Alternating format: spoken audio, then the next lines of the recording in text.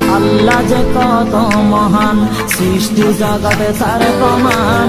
তিনি এক অদ্বিতীয় আল্লাহু আহাদ, তিনি এক অদ্বিতীয় আল্লাহু আহাদ। তার প্রমাণ পুরো